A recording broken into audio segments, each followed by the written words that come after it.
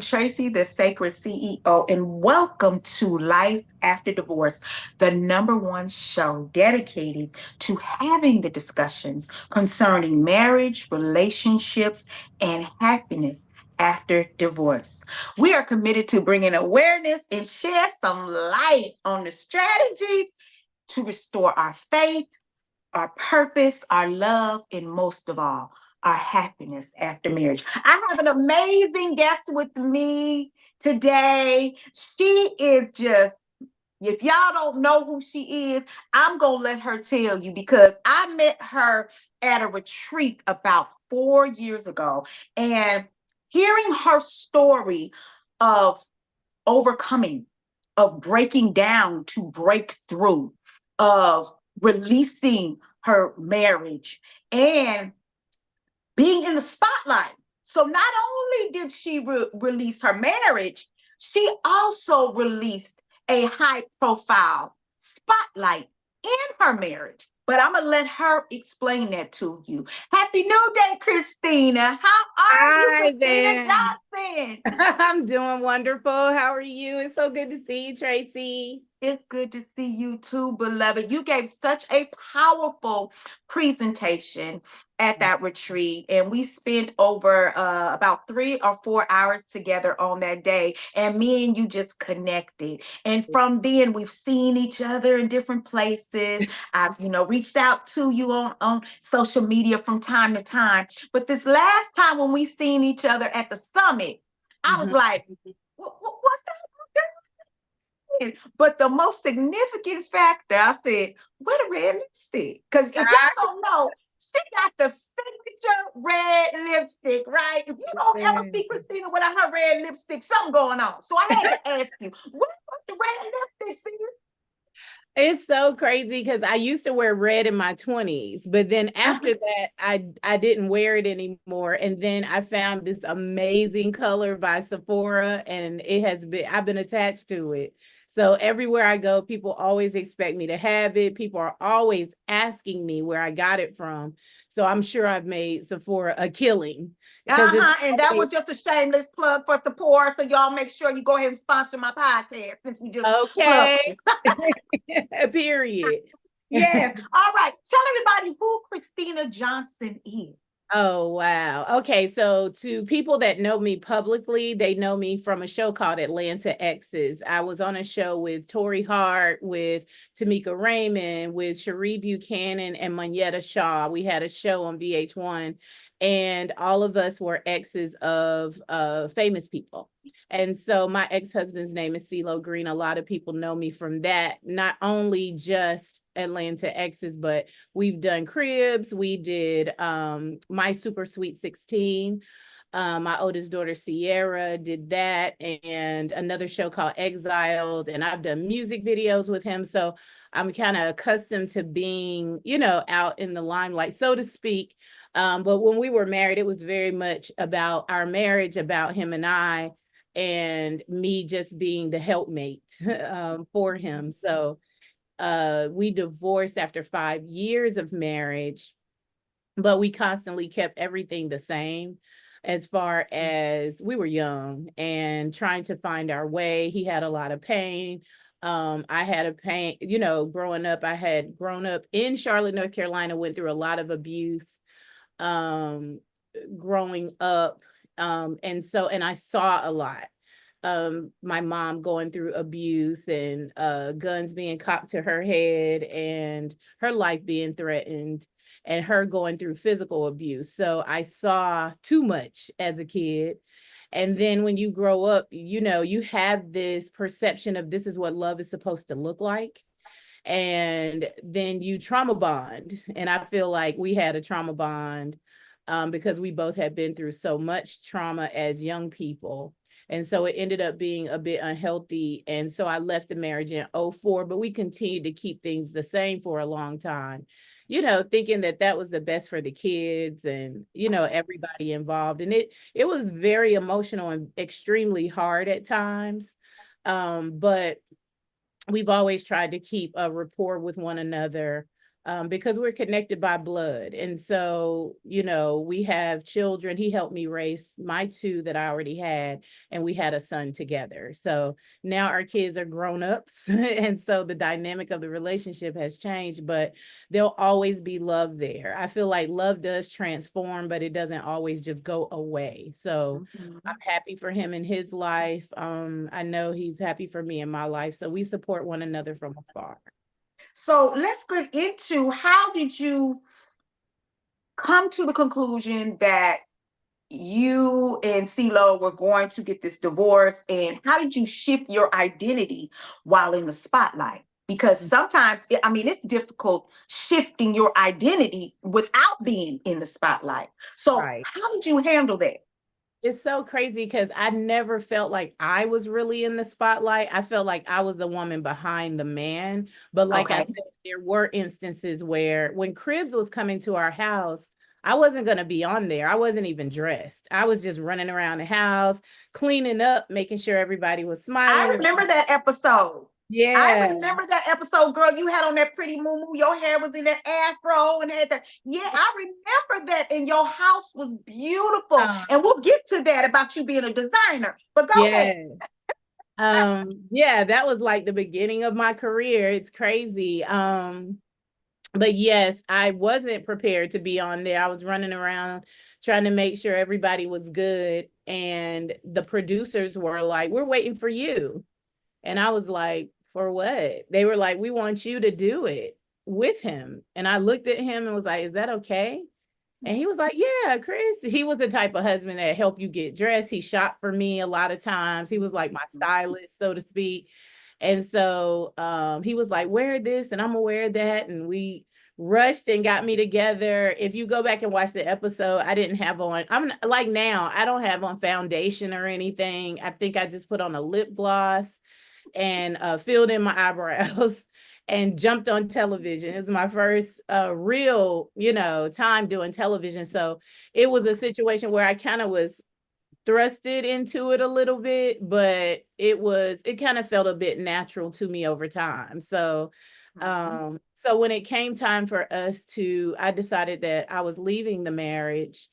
um it's always going to be an adjustment, especially in a marriage that is with an entertainer or public, because your life changes, and but I had been 20 something years prior to meeting him.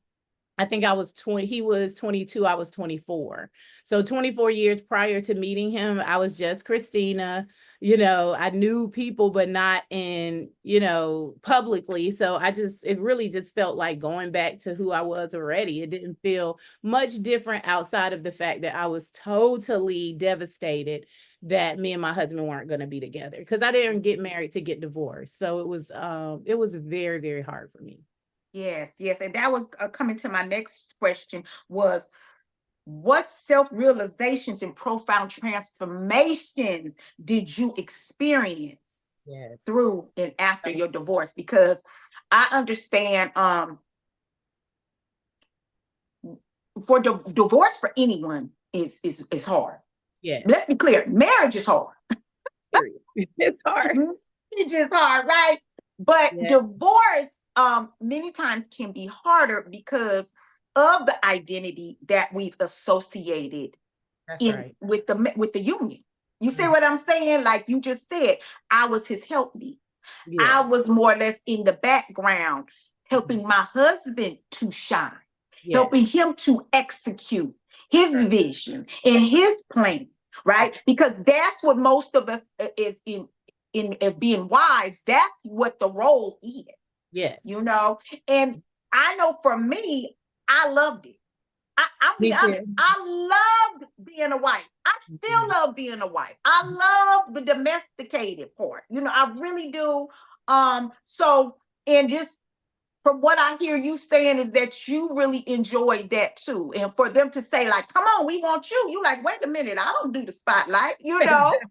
But Yeah. so how was that transition for you? And what are some self-realizations that came to you in that moment when you realized, like, wow, we really doing this? Like, what about me? Who am I now? You Yeah. know.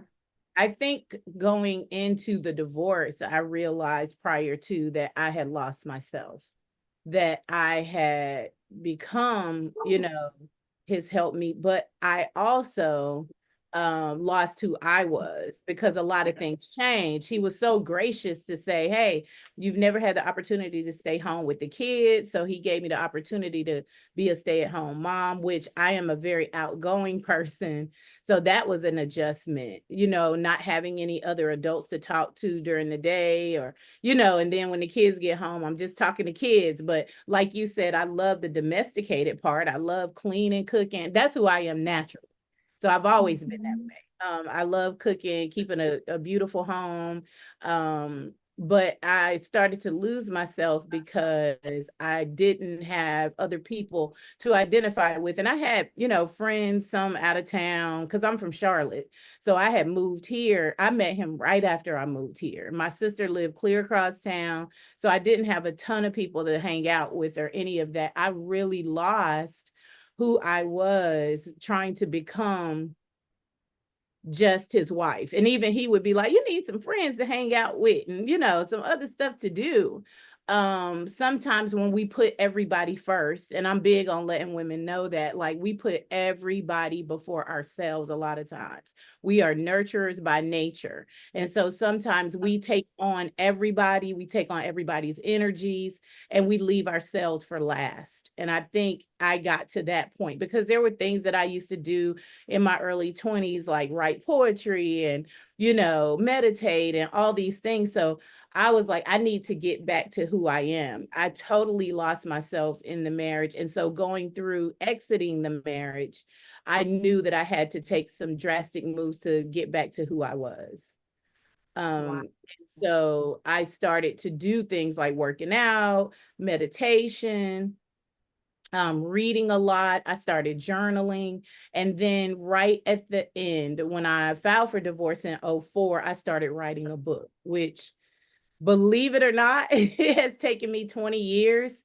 I just got my cover done. I just got the book is finished in editing and it's coming out in October. Well, congratulations. Let us know the title of your book. The title of the book is My Choice to Choose, because a lot of times you have to remember that from the time you wake up in the morning till you go to bed at night, everything is a choice. So you wake up in the morning, the alarm goes off. Am I going to get up? Am I going to hit snooze? Am I going to wear this dress or these pants? Am I going to be on time for work? Am I going to be late? Am I going to take lunch? What am I going to eat for lunch? Everything is a choice. So making the best choices as they come is the way that I've been able to navigate my life in such a beautiful way. Because I don't necessarily believe in mistakes. I feel like, yes, we make bad decisions sometimes that may take us out of the, off of the road that we were headed on, right? But if those mistakes or those bad decisions make you stronger, more resilient, more powerful, then there's purpose in it. Yes. So is it really Yes. a mistake? Like, is it really a mistake then? So I've been writing this book forever just to let people, especially women, because my following is 87% women, and the fact that they trust me warms my heart.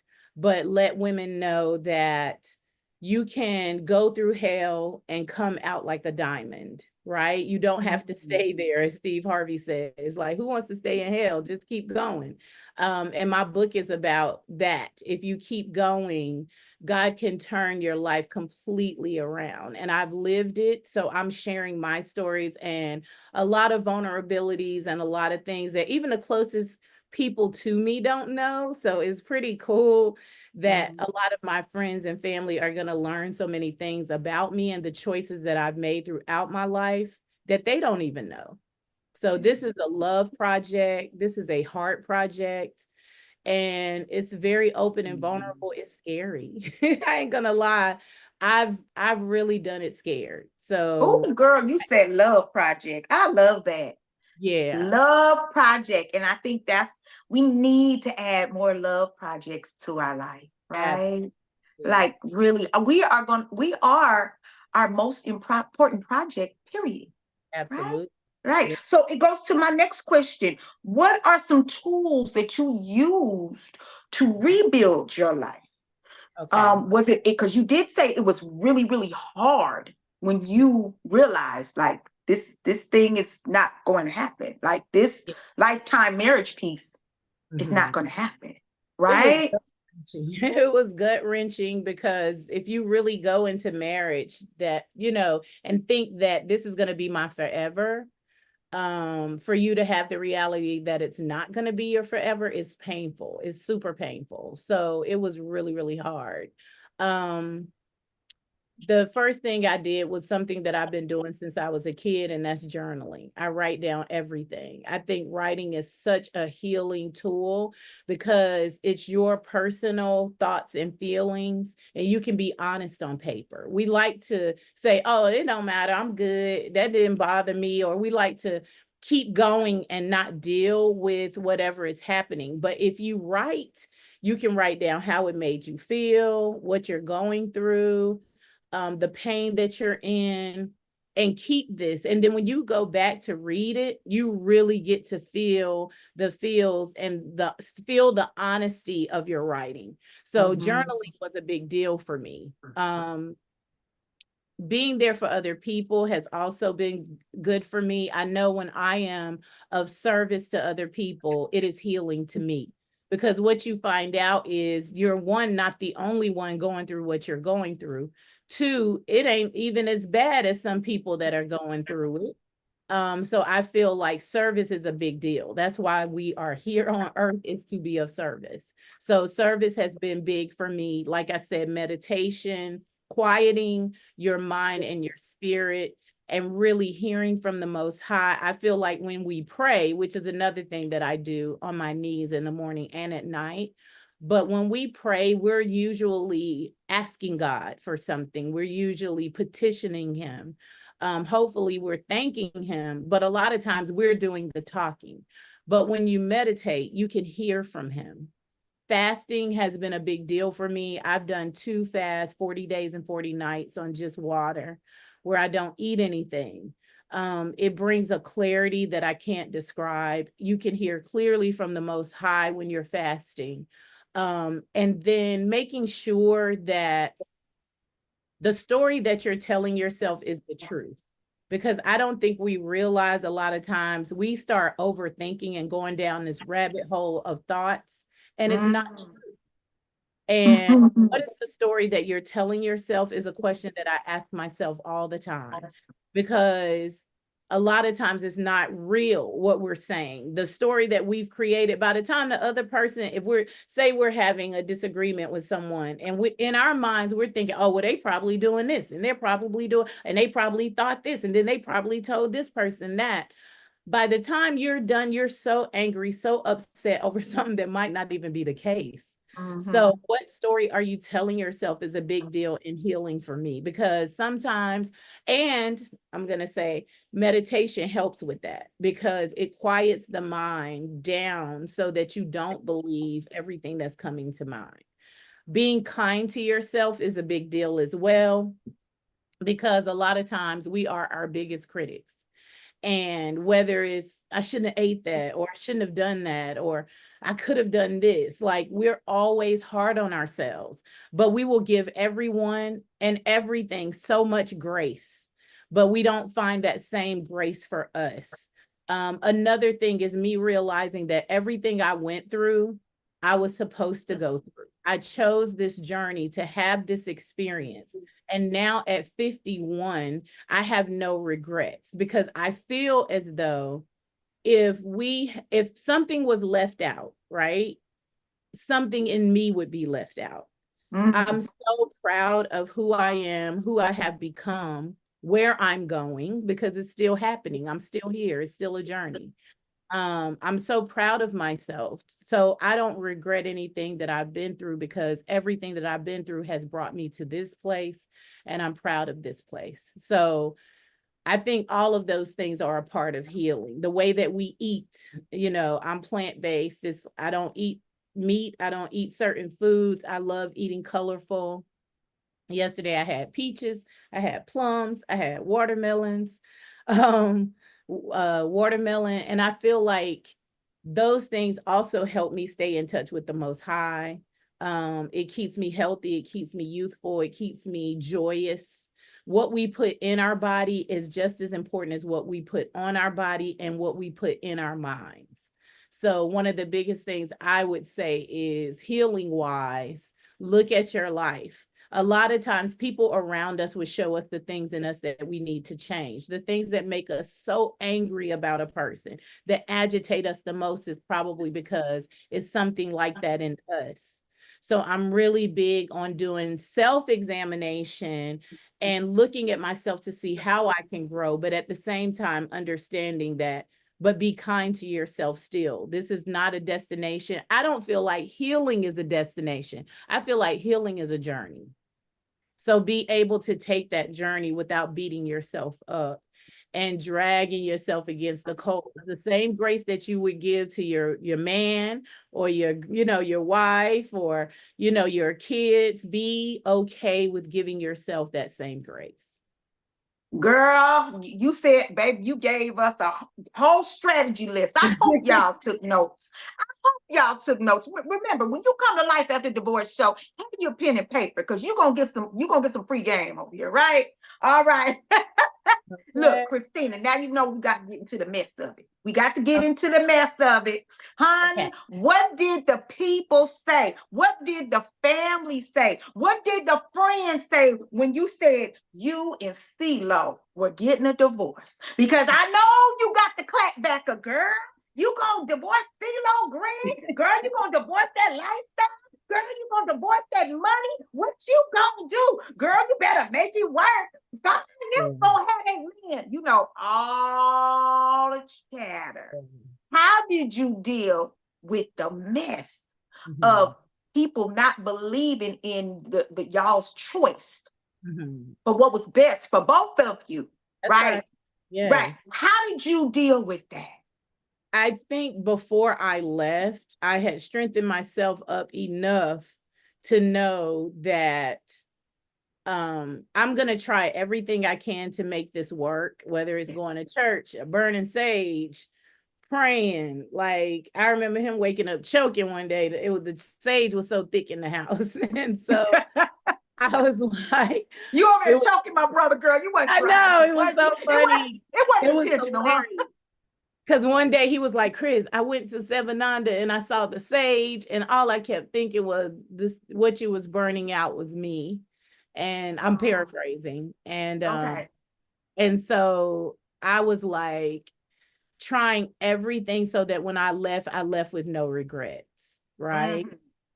Exhausted all of your options. I did, because I feel like it's hard enough, you know what I'm saying, getting someone to marry you, to give you their last name, if that's what you desire. I'm going to say not hard as in you have to make them, but not an easy decision for them. You know what I mean? He was young. We had dated for almost 3 years before we got married. Early in his career. Right. Yeah. So just on his second album when we met. It wasn't like he couldn't be out there being a superstar and hitting everything moving. And it wasn't like he wasn't doing it. I don't know. In the marriage, I never caught infidelity, but I know that when everybody started with the chatter, my mind was made up. So it wasn't a situation where anybody could say anything to change my mind.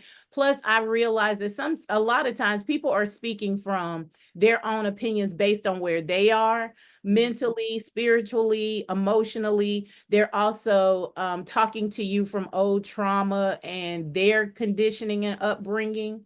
So when people would say things like, oh, you're going to let the devil steal your family?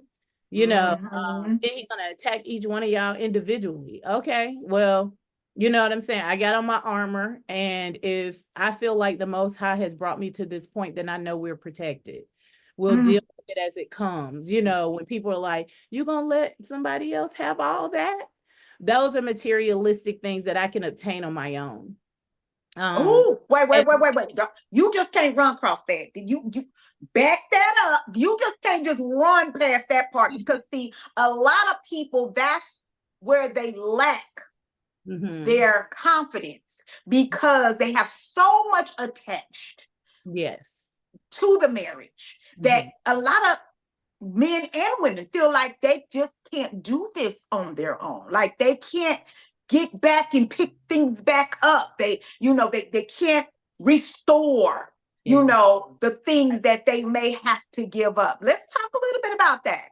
Yeah. So for me, I just felt like it has been the Most High that is taking care of me. Um, Mm-hmm. my whole entire life, even all the blessings that I have, he gets it through people. Whether it's been a boss, whether it's been, that I work for as an employee, whether it's been a friend that he's blessed me through. God gets what he needs to get to you through others. And if it is meant for me to be blessed, God will do that, right? So it's not like I met him and just stopped, quit my job and just started depending financially on him anyway. The whole entire time we were dating, I worked. To the point where I remember somebody coming in.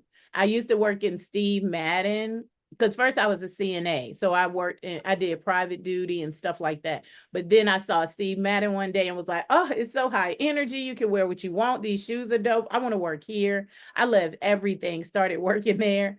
So when we were dating, that's where I was working in Lenox Mall. And people would come in there. A girl came in there one day and was like, ain't you Ceelo girlfriend? Why you work? I was like, because I have to eat and I have 2 children to feed. That's my Mm-hmm. guy, but I take care of myself. And Yeah. so I think, us understanding that what God has for us is for us. Nobody can take it from you. Men aren't our God. You know what I'm saying? Men Mm. are, like he wasn't my God, he was my husband. So what God needed to get to me and for me, um, and even from me, it doesn't change. So I didn't feel like, oh my God. Now, don't get me wrong, it was scary. You going into having a partnership with someone, being married to someone. And my husband was very much keep your money. Like I had started my design business and it blew up. Like Ludacris was my first paid client. I was making really good money. Then once I got him, I started getting other clients. Word of mouth started spreading. I Didn't you did. do some of Chris Brown? I Was know that Chris? No. Okay, young because I think I Johnson. remember Ludacris pictures. I Yes, remember I those. did Yeah, Chris. it was really nice. You did an excellent job. Thank you. So I did Chris, I did Jeezy. I started just getting work all over the place. So I was bringing money in too. Although he had said you could stay home, it just wasn't my thing. It's like I want to make him proud too, just like he makes me proud, Mm-hmm. And so when I was leaving, though, I didn't have much of anything. Like when I decided to leave, it was very abrupt. And you'll read about it in my book. Okay. Not that I hadn't planned, like I said, had been planning in my mind, like this is not working, this is not healthy, I'm going to leave. But the day that I left, it was abrupt. And so it kind of was like, oh my God, what am I going to do? In my mind, I kind of knew that it wasn't like I was going to be he was going to be like, I don't know, you don't, but he was having a struggle at that time too. So it Yeah. wasn't like we just had money flowing everywhere. Even when we met, people just don't know that. They see people on TV and they think automatically this person is rich because they're famous. Rich and wealth and fame is two different things. Come on. Just because you see a person on television, they're not getting paid to do that. That is promotion. You're on this television show to promote. Nobody's giving you a check to promote your own stuff. They're giving you an opportunity to be seen so that you can sell, right? Yes. So it was a situation for off and on for some time. We didn't have money like that. When we got married, we didn't have any money. We had just bought a house. We didn't even know we were going to get married. We bought a house. We knew we wanted to be together. We knew we wanted to live together. And so we were on the struggle bus together. People don't know that. And then his biggest blessing came after the marriage. People don't Mhm. understand that marriage is powerful, right? If you read about it in the word of God, you'll see that people are blessed when they're under covenant. Mhm. So as soon as we married, he had gotten I have to say we were blessed. Not like it had to be a week. Then that's when he saw the most money he had ever seen. We were like struggling. Like he didn't have a car at one point. I was picking him up from the airport. His car had gotten stolen. Like we had been through some stuff. He had some money, but not really. They didn't sign the best deal when they first started. So that money was quick. And then everything they got, they had to split after management, taxes. You have to split this with your other group members. It wasn't easy for us. People think that, but it's not always what it looks like out here in this entertainment world. You guys just don't know. Like it was tough financially on us for a while. We had a baby on the way. Um, so I just knew that no matter what people said, God had me. God knew my true intentions for going into my marriage. I absolutely loved my husband. I never loved anybody that much in my life outside of my children, and my family. So this was like new territory. I had loved people before, but not like this. This was like, this is the person that I'm going to give my life to. You know what I'm saying? So it was extremely hard to the point where I ended up making myself sick. Because people don't also understand that when you go through hardships, it creates dis-ease in the body. A body that is not at ease will get sick over time. And so I was going through something called Graves' disease, and I didn't know it. Graves' disease is an autoimmune disease that attacks your thyroid, which is this butterfly-shaped gland in your throat, right? It controls your metabolism. It controls the heart. I was having a lot of physical ailments and I didn't know why, but it was just an accumulation of hurt, pain, anger, disappointment. If you've ever been through divorce and you know how emotional, you know what I'm saying, you can be. One minute you're okay, you feel like you're okay, the next minute you're mad because it didn't work. I went through this really bad stint of feeling like I disappointed God. I felt like I made a promise to him in front of my whole entire family and in front of his family, and I couldn't carry out that promise. So it was devastating and it ended up making me sick over time. And I know that's what it was. When I saw the tumors that they were pulling out of my body, I remember thinking, now this is a physical manifestation of what you've created, putting yourself last, being upset over things you can't change, trying to fix everything, which is like be a person's God or people's God. And I struggled. I struggled really bad. It almost took my life. I almost died from Graves' disease and complications of it and the tumors that I had at the time. And it just started pushing all my organs out of the way. And set on my right kidney. My right kidney got smaller, the left kidney got bigger, and because it had to overcompensate for the work that the right kidney should have been doing. And I was dying. My doctor was like, "You're the sickest patient I ever had." He started telling me, like, okay, so your kidneys are going to fail. You're going to go into emergency surgery. You're going to go into cardiac arrest because your thyroid is overactive and you're going to die on the table. And I remember crying and crying and crying, like, oh my God, I'm going to die. And I remember just as clear, like, okay, so cut to before this happened, right before, I think, a little while before I got diagnosed. I took my son to school. I was riding home. I pulled up in my driveway and Ricky Smiley had been doing his morning inspiration where he brought on Pastor Haynes. And I remember I was praying. I had pulled up, I was parked and I was just praying in the spirit and I was crying. And I grew up in a church where people used to speak in tongues and then somebody across the church would interpret the tongue. But I never knew how to do that, interpret tongue. But this particular morning, I was speaking in tongues and out of my mouth came, this is nothing. And what I'm thinking is the manifestation of now I've divorced. I'm in a house. This is my first home purchase. Beautiful home. I'm in a beautiful car. And so I'm thinking God is saying, this is nothing compared to what I'm going to give you. But I need you, no matter how bad things get, I need you to stand on my promises, right?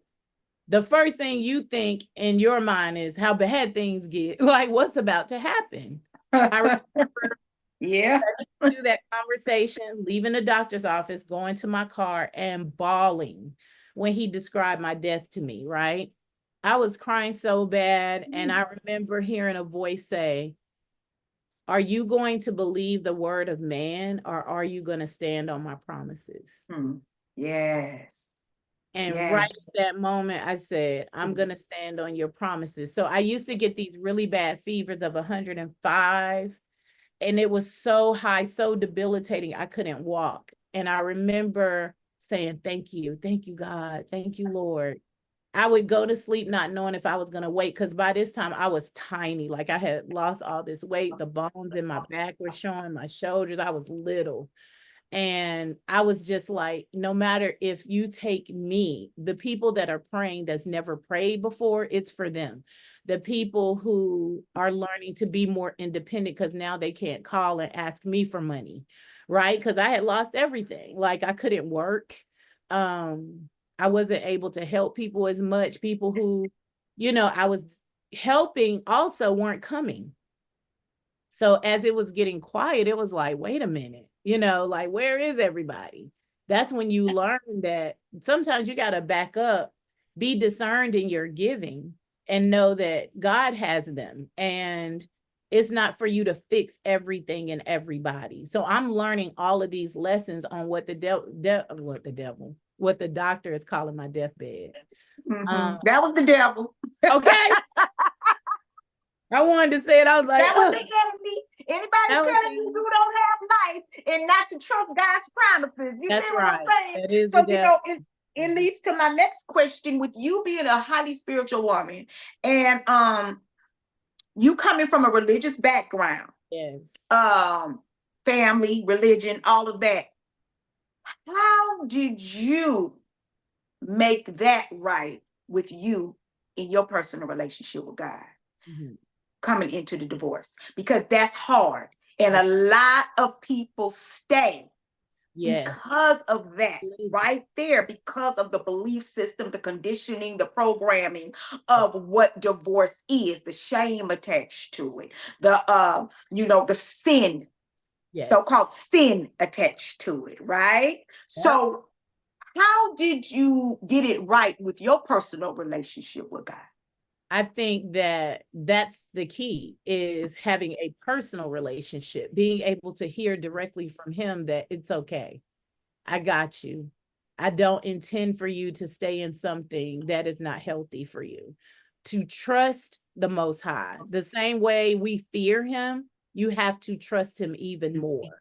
We have been brought up to believe that it's all fear. Every little thing we do gonna be judged and gonna take us straight to hell. So I went through a really hard time, and still, like to this day, sometimes I battle with my conditioning. So I'm always preaching on my lives like y'all got to let that old conditioning go.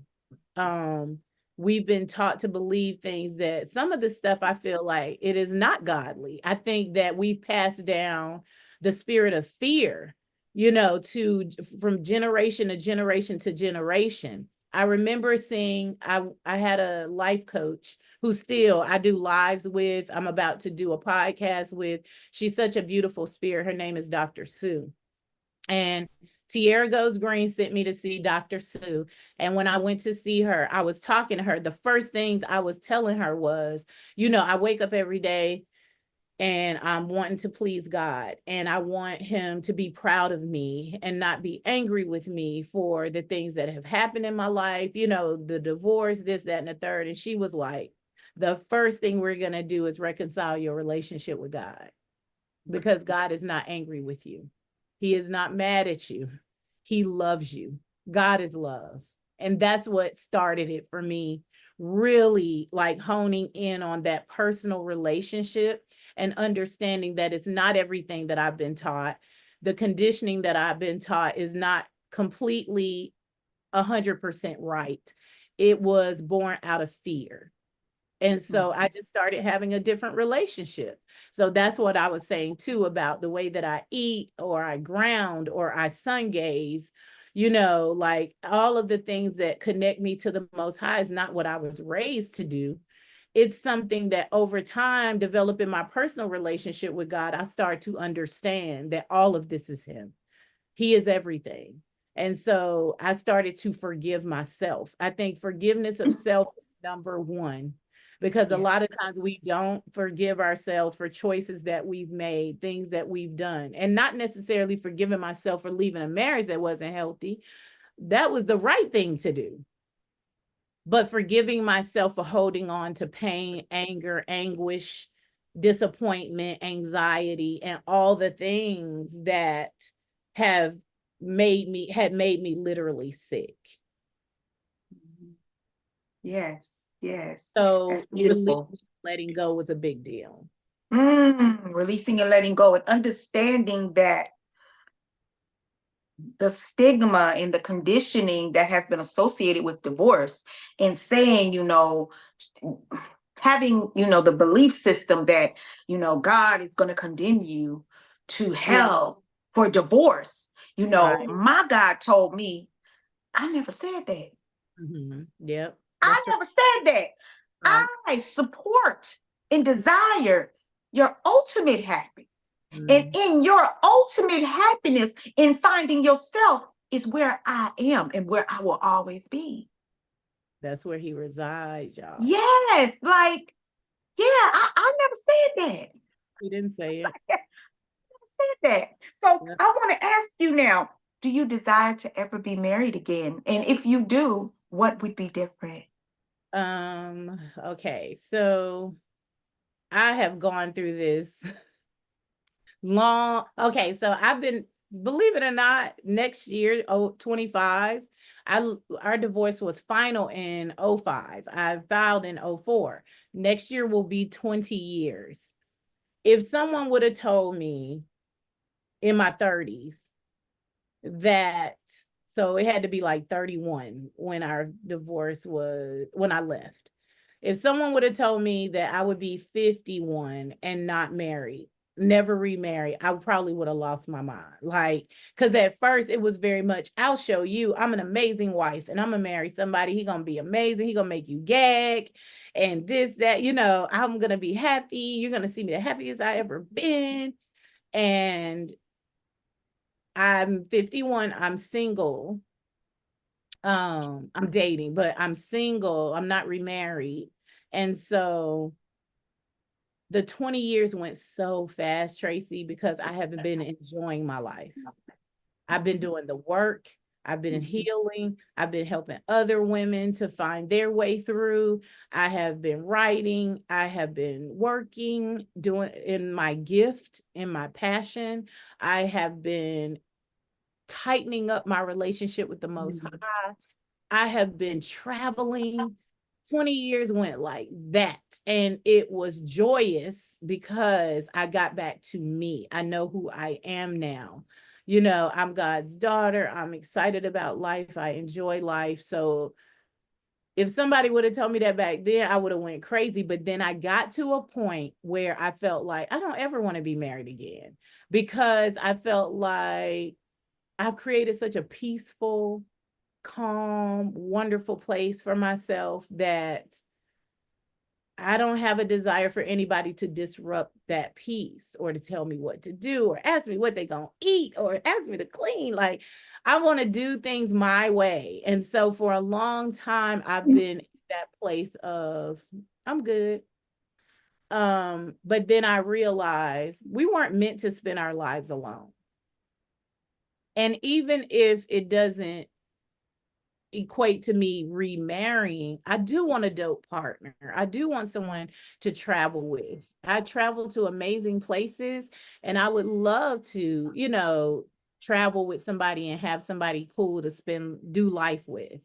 But now I met somebody very, very amazing who prays with me and for me and honors me and is patient and kind and loving and loves the Most High more than anything. And so if it does get to that point, I feel like I'm open.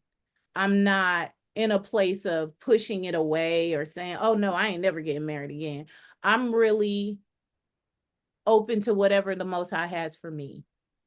So marriage, if it's on the table, then I'm open to it.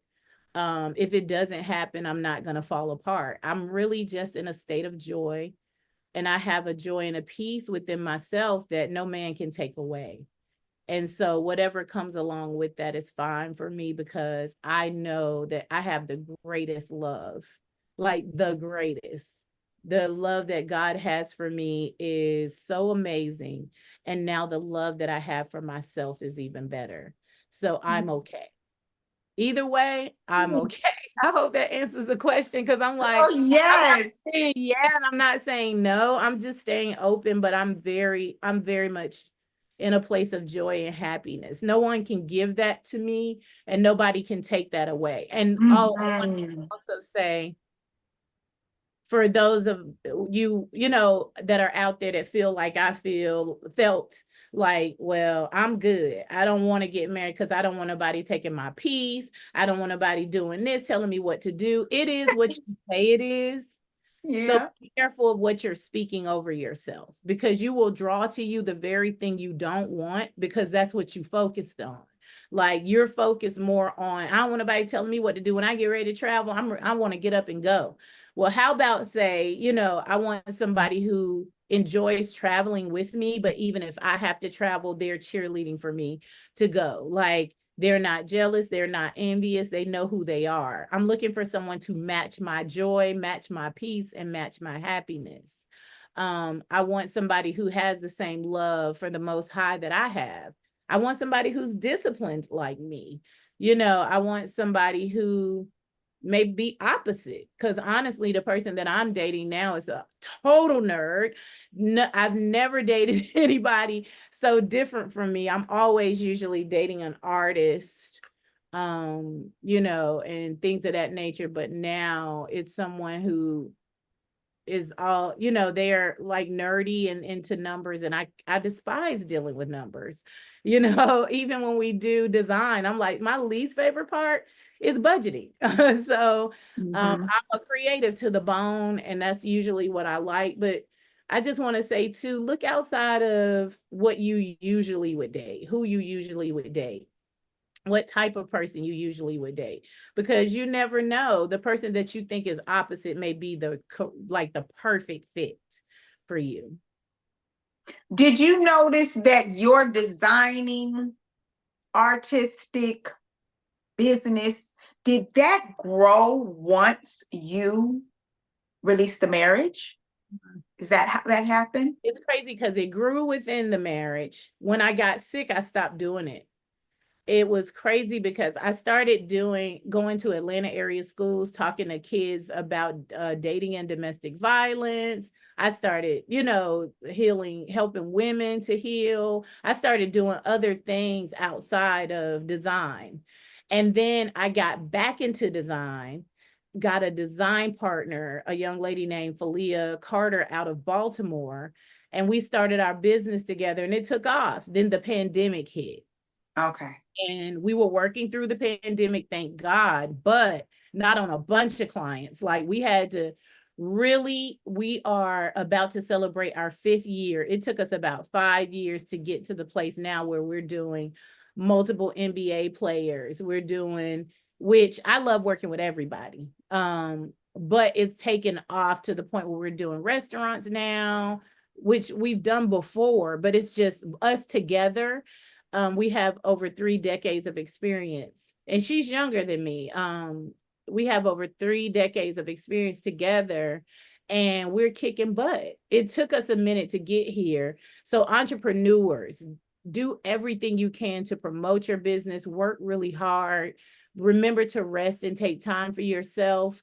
But just know it takes time to build a business. Just because you started this business today, that it doesn't always mean, and I'm not saying that it doesn't, that you're going to get rich in a year.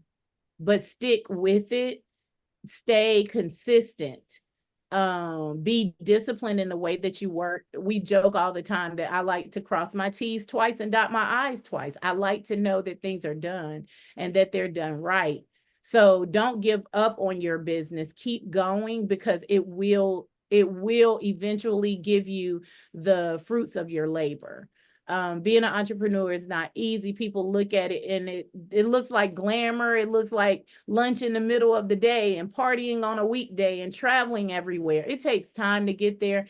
A real entrepreneur has to do the business of entrepreneurship, meaning taxes, meaning payroll, meaning putting money aside for the company. You don't just split the money down the middle. You have to put money away. It's a lot that goes into business that makes you a real boss, Yeah, then right? you got to put money, the money that you're actually creating within the first 5, maybe even 10 years is going right back into the business. Going right back into So yeah, it's 12-hour day.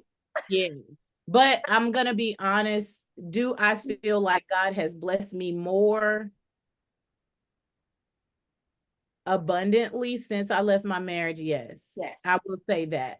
I will say that also my ex-husband was a great, dad and stepdad, so he was really instrumental in helping the kids. It wasn't a situation where I was like, "Oh, I want this or I need that." It wasn't that, but taking the responsibility of being there to help put my son through private school and put the girls in, well, one of my daughters through college and help them with their cars and giving them, jobs and stuff like that. He was very instrumental in helping with that. But me alone, like, I feel like I've been blessed more so outside of the marriage than in it, um, monetarily.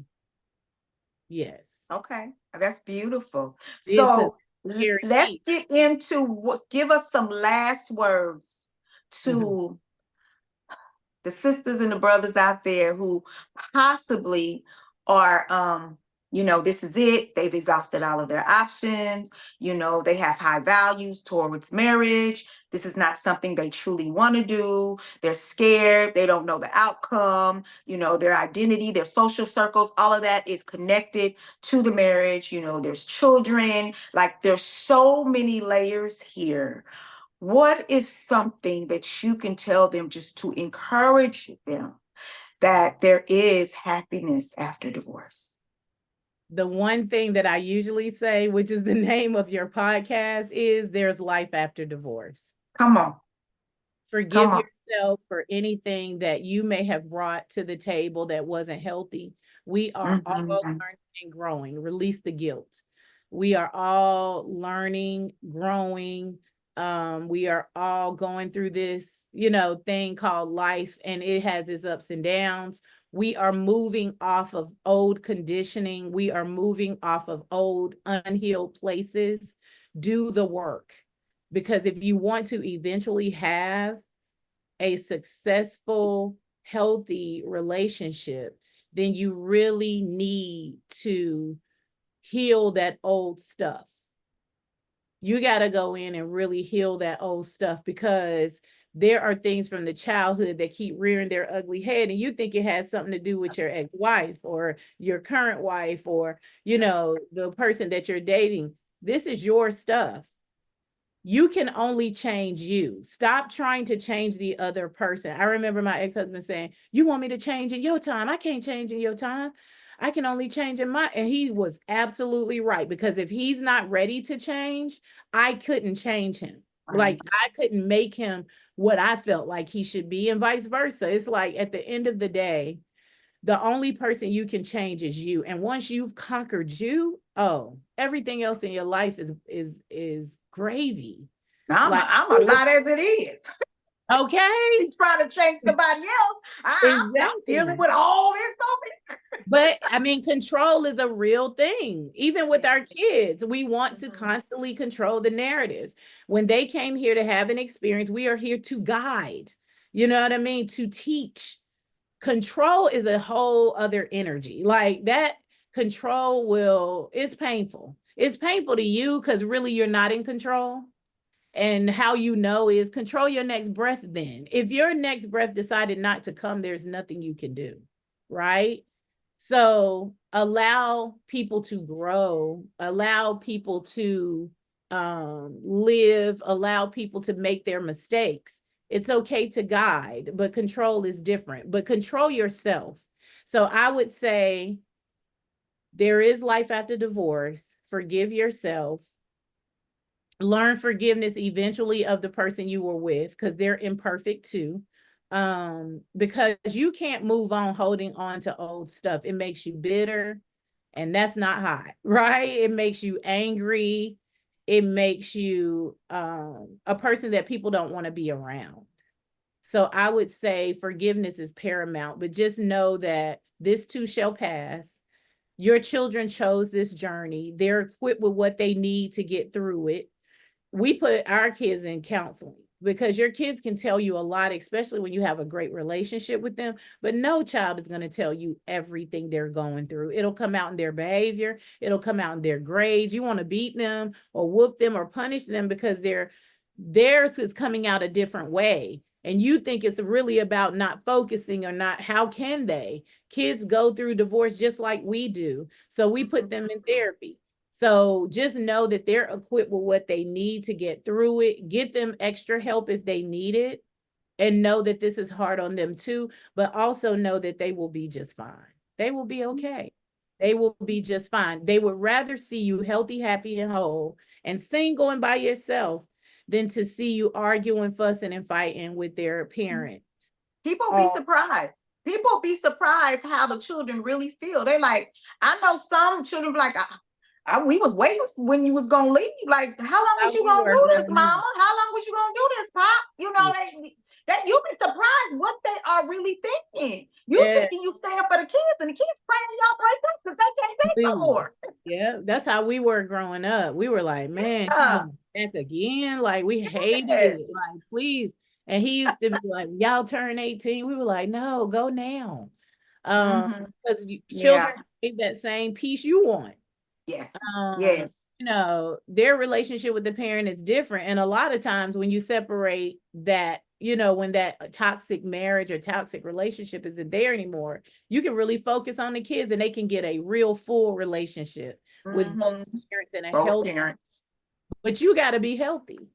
So Yes, I also get agree. help that you need. Like, I believe in therapy. I believe in coaching. I'm a life coach myself. So I believe in getting help sometimes to navigate life. It's not easy. Life be lifing, as we say. Yes, it does. Yes, it does. So tell everybody where Sometimes. they can find you and what are some things you have going on in your life right now that people could also connect with you. So my website has a connection of everything that I do. ChristinaSJohnson.com is my website. I am a life coach. I do coaching 1 day a week only because design takes up the other six. I also have an accessory line called Jameela Jahari, Jameela. J Beautiful, y'all. Beautiful, honey. It's exotic. Yes, so go get your life at Jameela Jahari. My book, like I said, is coming in October. I'm super excited. It's my choice to choose. And you'll be able to find that on my website as well. Once we go ahead and put it on the site. The landing page is ready. We're just waiting for a PR to give me the okay. So yes, like everything. Christina Johnson on Instagram is Christina Johnson _ Facebook, Christina Johnson. But yes, go to my website. It's links to everything. And I love you, and there's nothing you can do about it. I absolutely love this, Tracy. Thank you so much for sharing your birthday with me. I know You're when this airs, welcome. it Yes. will still be your birthday, but I want to wish you a happy birthday, and just know that the work that you do in the world is so important, so valued. Thank you for who you are. Thank you through everything that you've been through. You've always kept a smile on your face. I've never run into you anywhere and didn't see you already smiling before you saw me. Like, I remember seeing you at a restaurant one time and I had already seen you before you saw me, and you were already like joyful and smiling. Thank you for smiling through your pain sometimes, because even though I know that's hard for us and I never want us to front, but I know it's hard for us to keep that smile on our hardest days, but the smile blesses other people. Your work blesses other people. The work that you've done and now what you've shifted into is paramount. Like, it's so important what you're giving to the world. So don't stop, keep going, and just know that you are loved and valued. And happy birthday. Yes, thank you so much, Christina. I appreciate you so much. Thank you for coming on Life After Divorce podcast, the show, and making it, the information and the wisdom available to all of us. I think you are so beautiful, and I admire you so much. Thank you so much for being our guest. It Yes. was a blessing. Thank you so much for having me. Yes, yes. And those of you who are listening, go check out Christina Johnson on all platforms. And that address one more time for the website. Give us to us It's one more time. ChristinaSJohnson.com.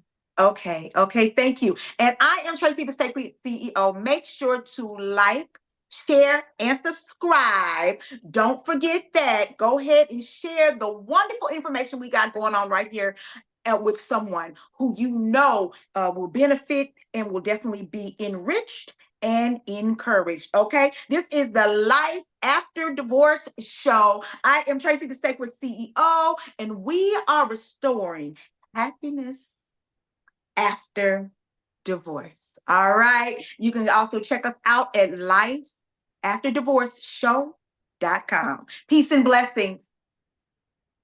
Bye, guys.